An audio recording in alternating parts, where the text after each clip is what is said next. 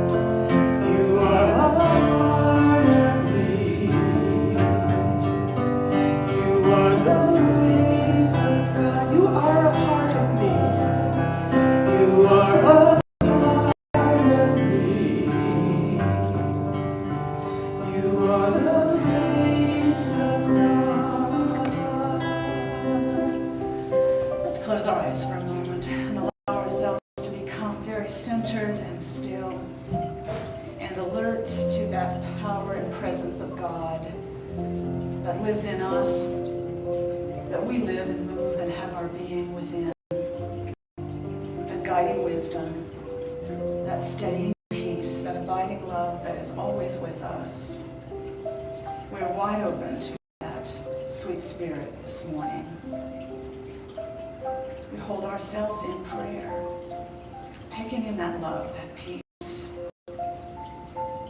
that wisdom, knowing we are one with it.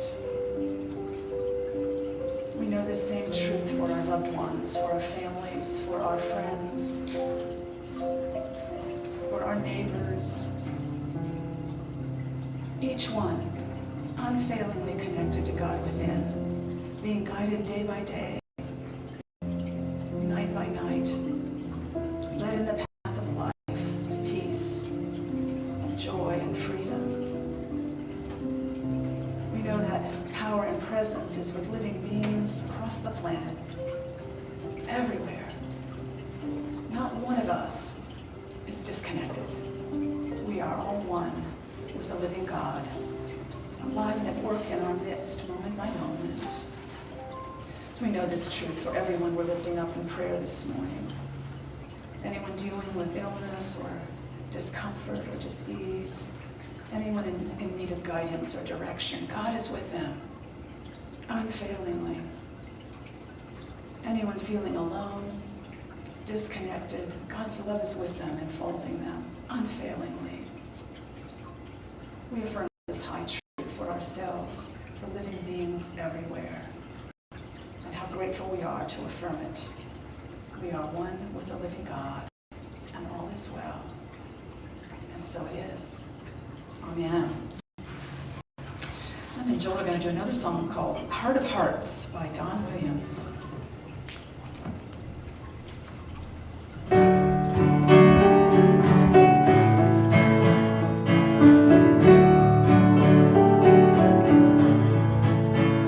In your heart of hearts, there is a voice. It speaks from truth and not from choice, and it sees it all, not just in heart. It lies within your heart of hearts, in the secret place known to your soul. You can't hide, but you can go when it's all too much and you fall apart. There's a state of grace in your heart of hearts. Just listen to your life, it's talking to you. There'll always be a light that's running through you, flowing from a well that never runs dry. And when you're at that point, down on your knees, you'll find your weakness can be your strength. And where one ends, the other starts, deep inside your heart of hearts.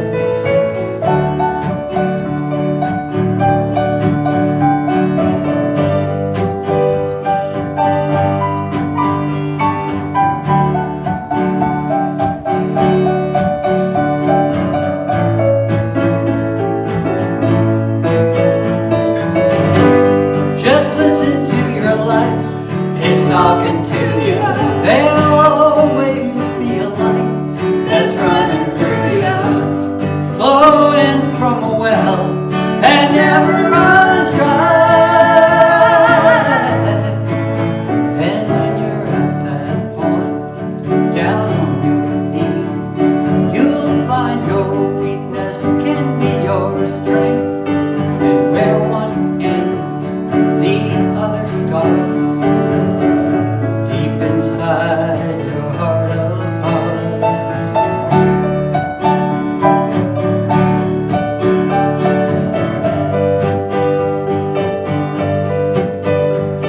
And where one ends, the other one starts. Truth lies within your heart of hearts. Oh, nice. Thank you, Joel. Thank you, Linda. Y'all can come on down here and sit and relax for the message. That's a beautiful song, Heart of Hearts. All right. Well, I'm sharing some ideas about hope today, and something that's sort of like the opposite of hope, cynicism. I'm going to talk about that a little bit too. So I thought I stumbled on these cynic jokes. I thought they were kind of funny. Where does the cynic go to pray? Synagogue. Good job. That's right. What do you call a room full of cynical plumbers? A skeptic tank. Kind of low, isn't it? And here's one for people from New Jersey. Dorothy, I think you're from New Jersey, aren't you? Yeah. Do you know why New Yorkers are so cynical? No. For them, the light at the end of the tunnel is New Jersey. Thanks for that. You're welcome. And this one's got a dark one. How many cynics does it take to screw in a light bulb? Doesn't matter, a light bulb's going to die anyway. Dark. And here's just a quote. It's from George Carlin, who I used to love. Remember George Carlin? It's a straight idea. He said, inside every cynical person, there is a disappointed idealist. Something to that for sure. And I'm going to talk a little bit about that. Took the title Hope as a Muscle. I've been actually enjoying an online, it's kind of on a mobile app from onbeing.org, a little course, multiple session course on hope. It's called Hope is a Muscle. So I'm drawing a little bit from that today. And I was drawn to that title because I struggle a little with hope. How about you? And especially in recent months and years, it can be hard on a day-to-day basis to stay hopeful. And I think there's a lot of misunderstanding about hope. Like that, you know, that it's sort of something you either have or you don't have. You're either hopeful or you're not. Like it's a given, a quality you have, and not something you cultivate.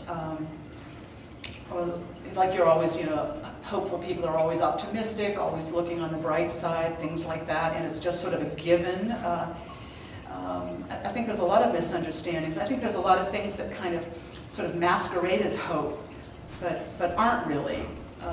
Kind of empty idealism or empty chipper stuff, kind of like, and I saw the phrase in the course talking about that as cheap hope, kind of a cheap imitation of hope and not real hopefulness.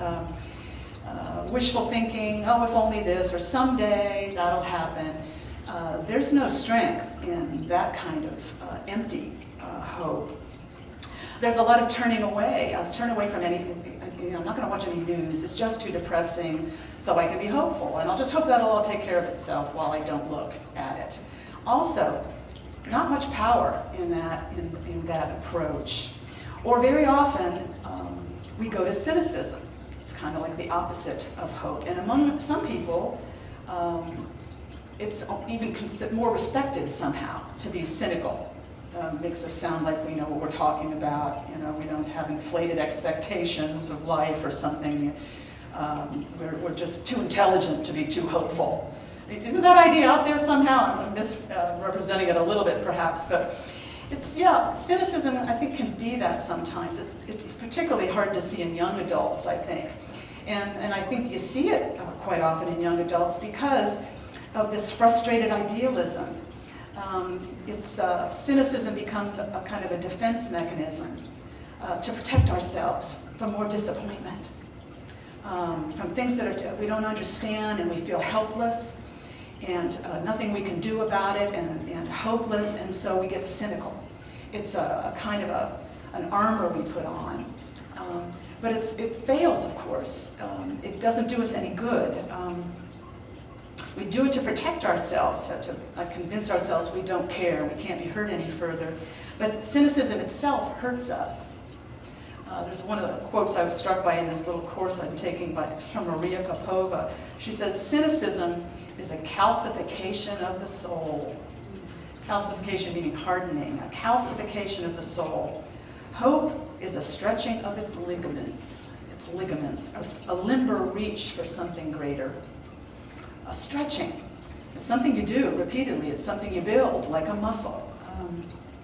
And I like that a lot, hope as a muscle. And when you flex it, when you stretch it and work on building it like you would any other muscle, it'll give you more and more strength for dealing with the challenges of life.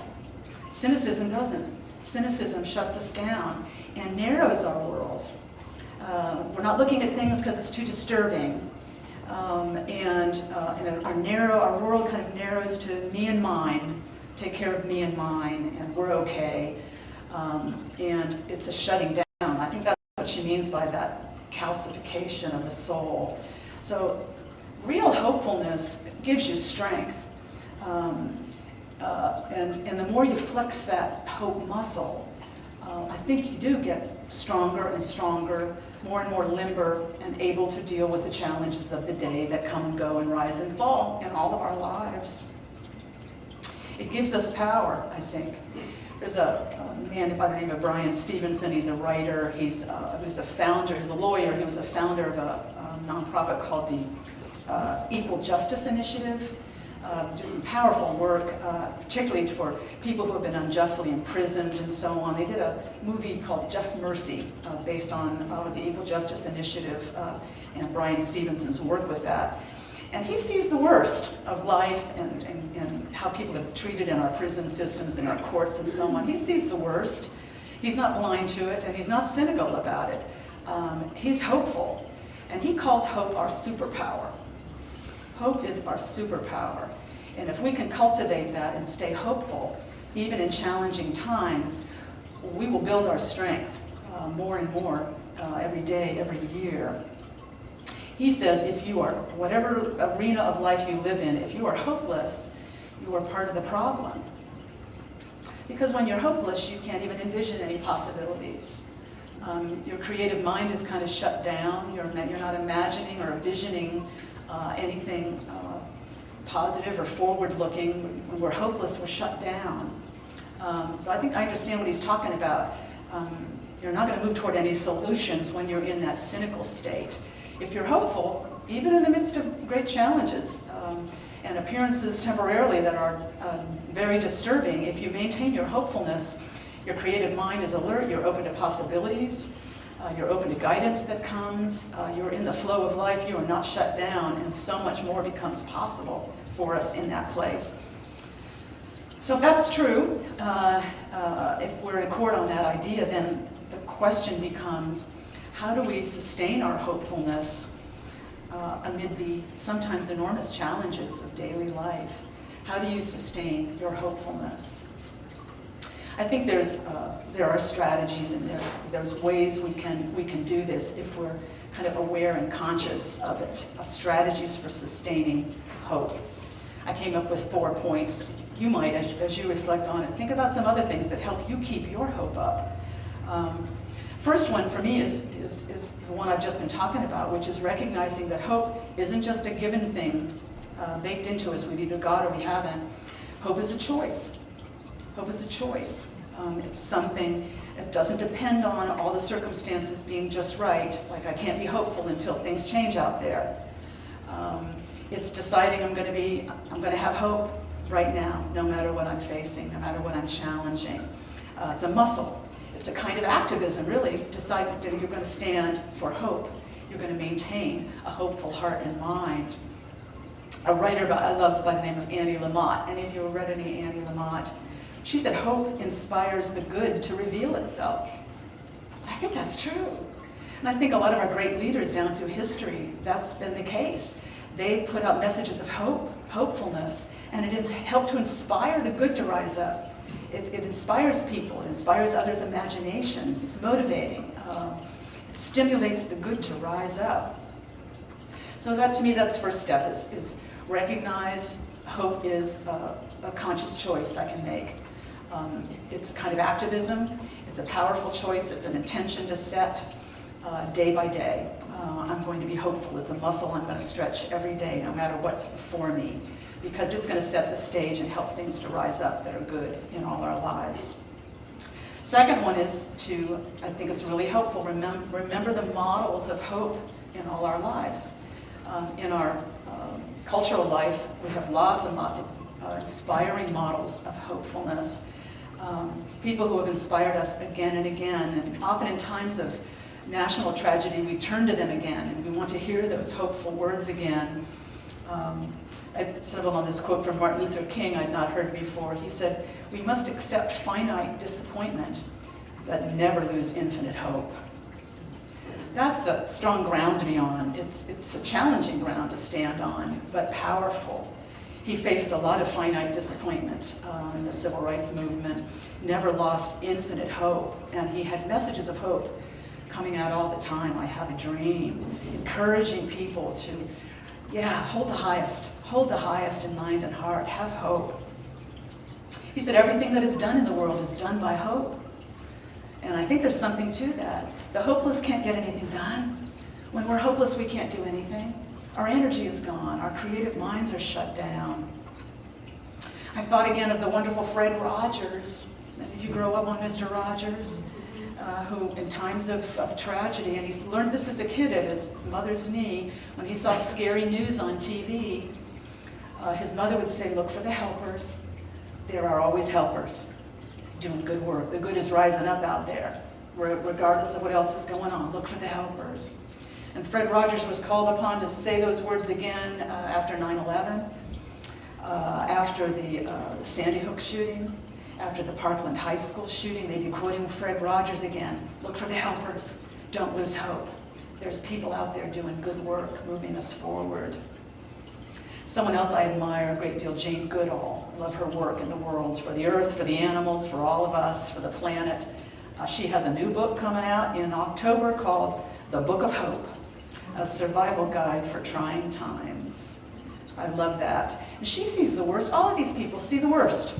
They see bad things happening. She sees 1 million species going extinct. King saw horrible atrocities in the civil rights movement. Fred Rogers witnessed terrible things. None of these people turned a blind eye not to see things so that they could maintain hopefulness, nor did they become cynical. They found that ground to stand on, that ground of infinite hope, regardless of shifting circumstances, which are always shifting. Things are always changing, so we can always have hope, can't we? Do we know what the future is going to bring us? Do we know all the possibilities? We don't. So we have to kind of stay open. And you know, I think in all of our lives, we've all had models of hope, haven't we? I can think of a number in my life: teachers, ministers, family members, grandparents. I don't know who it was in your life. There have been a lot in my life. People who, they just had that, they had learned how to have that hope muscle and keep it stretched and limber, regardless of what was going on. I was thinking of the earliest minister in my life, who I've probably talked about many times here. We called him Ingy, E.V. Ingraham, at the New Thought Temple. It was a Unity Church in Cincinnati back in the 1960s or so. And he was an inspiring spiritual teacher and healer. He had a genuine healing gift. People would feel healed by his presence. I experienced it myself, a kind of a distance healing in a time of Great Depression over the phone. I experienced a healing from Ingy, just a weight lifted from my consciousness after a phone conversation with him. He had a healing energy and a wisdom flowing through him that was palpable. And he dealt with challenges in his life. And as a teenager, when I learned of this, I thought how unfortunate he lost his vision. He went blind in later years. And, you know, it did not throw him. It did not throw him out of hopefulness. In fact, he fully expected to get his sight back. It was like it seemed to treat it just like a temporary inconvenience, blindness. And I don't think he got all his vision back before he passed on, but I don't know about inner vision. His power didn't dissipate in any way. He continued to be a healing light in other people's lives. And I'm sure he felt that healing light with him all the way through. Challenges come our way, we don't know necessarily what they're going to be. Hopefulness will give us the strength to meet them a good deal better than cynicism or hopelessness. So I think every day, every one of us gets that same choice, you know, hope or cynicism, hopefulness or hopelessness. It is a choice, and it is something we can stretch and build. And I think it's something we all work with a little bit, especially in times of challenge, like the pandemic we've come through, you know, like the fears about our health and the worries that come and go as we begin to emerge from that time in all of our lives. Whatever the challenges are, whether they're health-wise or relationships or finances or whatever, there's always this choice in the day-to-day. How am I going to respond to it? Am I going to get cynical about it? Am I going to feel helpless and hopeless? Or am I going to flex that hope muscle and stretch it and hold the highest in mind and heart, regardless of the temporary circumstances I'm dealing with? So recognize hope's a choice. Remember the models of hope in our lives. Let them inspire you.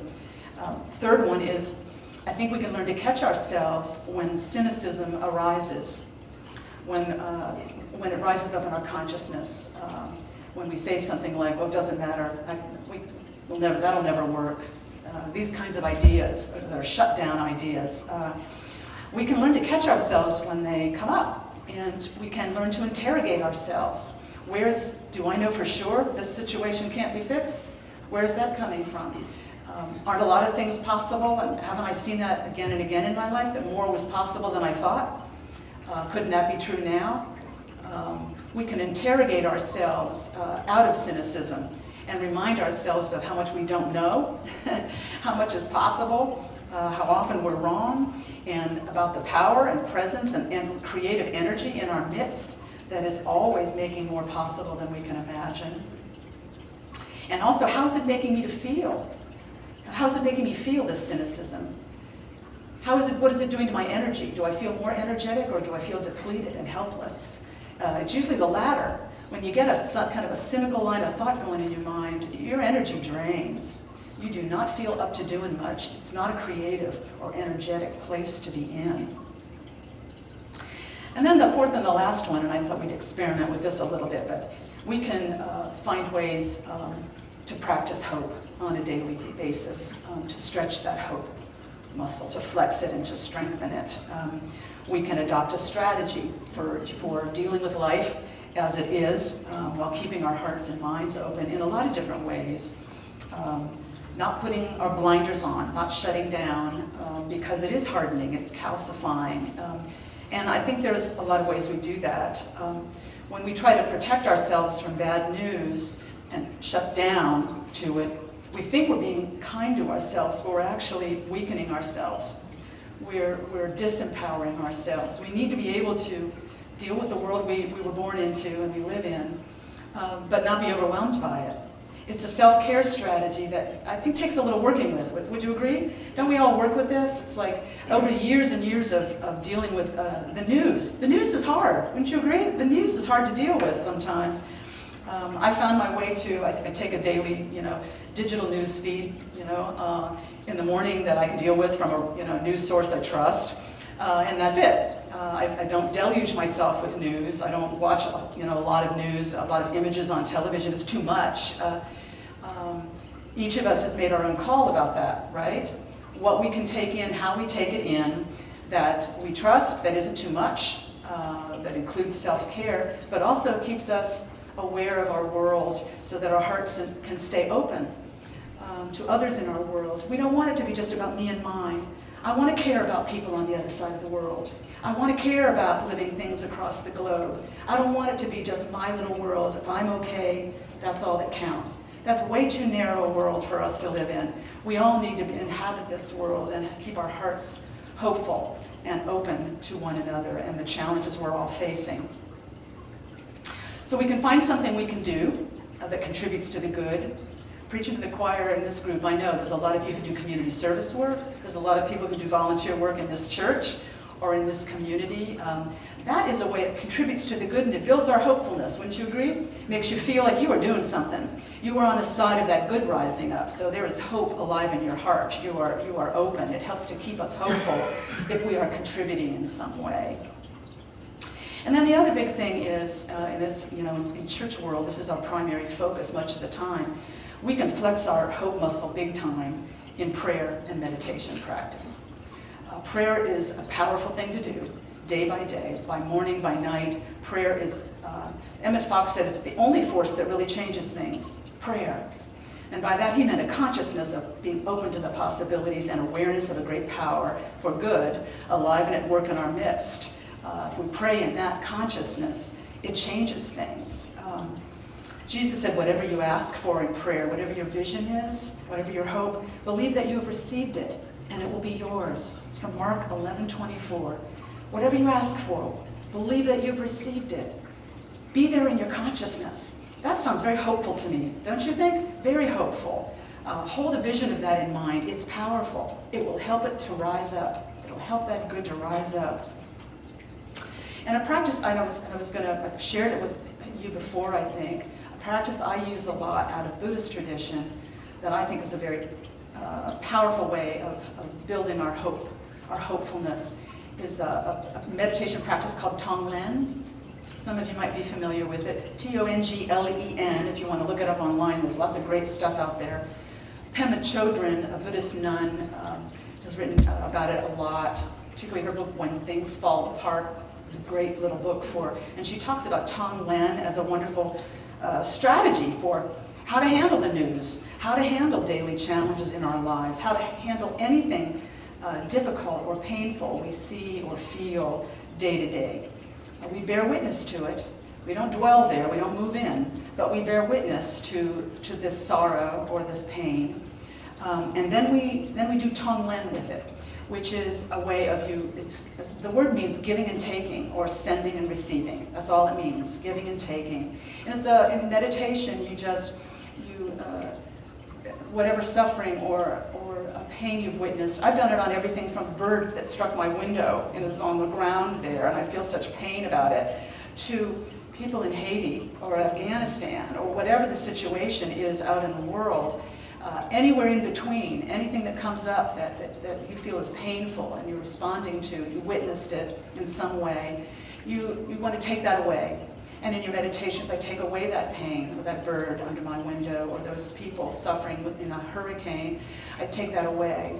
I take away that fear in my consciousness. I send out peace. I send out safety. I send out comfort. I send out wholeness. I take away the discomfort, the worry about the future. I send out peace. And as you're doing that, you kind of get it going on your in-breath and your out-breath. And in the process, you are unburdening yourself. You're getting out of your head and more into your heart. You are, whether you affect any big change in those you are sending the goodness out to, we don't know that. We know it's lifting us up inside and it's making us feel less helpless. There's something we can do. We can want to draw away their pain and send out peace and comfort and well-being. Tonglen, Buddhists across the world have done this for centuries. Wonderful meditation, compassionate, is to build a compassionate heart, aware of the challenges in the world, involved, wanting to send out our love, our peace, our healing, and take away whatever pain or sorrow is out there. So let's take that idea into a closing prayer, if we could, for just a moment. Close our eyes and affirm our intention this morning for ourselves, for everyone in this room, for anyone watching us online, anyone dealing with worries or fears this morning, anyone feeling unwell, frightened, hopeless.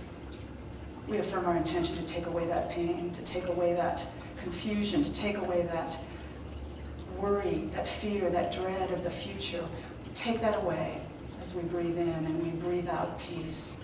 We breathe out strength. We breathe out wholeness and life. We breathe in, taking away, receiving, taking away any of that worry out there. Taking away that fear, sending out balance, strength, power. Each one of us is unfailingly connected to that power and presence of God in us that makes all things possible. We have infinite hope, and we are grateful to the power within us that makes it so. And so it is. Amen. Amen. Yeah. Well, you guys can come on up. Yeah, can I give an amen? I usually give an amen. Amen? Amen. Thank you. Thank you. They're going to do another song for us in a moment. As always, we take a moment, both here and online, to thank you for your generous support of this church. Week after week, month after month, year after year, pandemics or what, it doesn't matter. We continue to receive your generous support here by PayPal often now, by checks to the church, and in the offering baskets right here in the sanctuary today. So we always like to affirm our affirmation of abundance as we acknowledge that generosity this morning. So if you know it, please join me in it. Divine love, through me, blesses and multiplies all that I have, all that I give, and all that I receive. I am grateful. So it is. 1, 2, 3.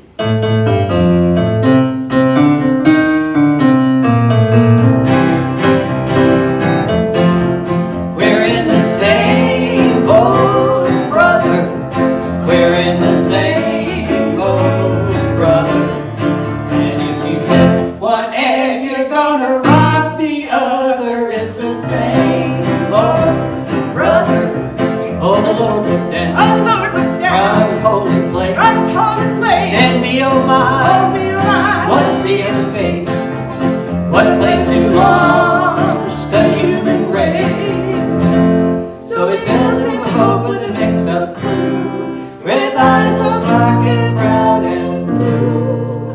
And that's the reason you and I have just one world and just one sky. We're in the same boat, brother. We're in the same boat, brother.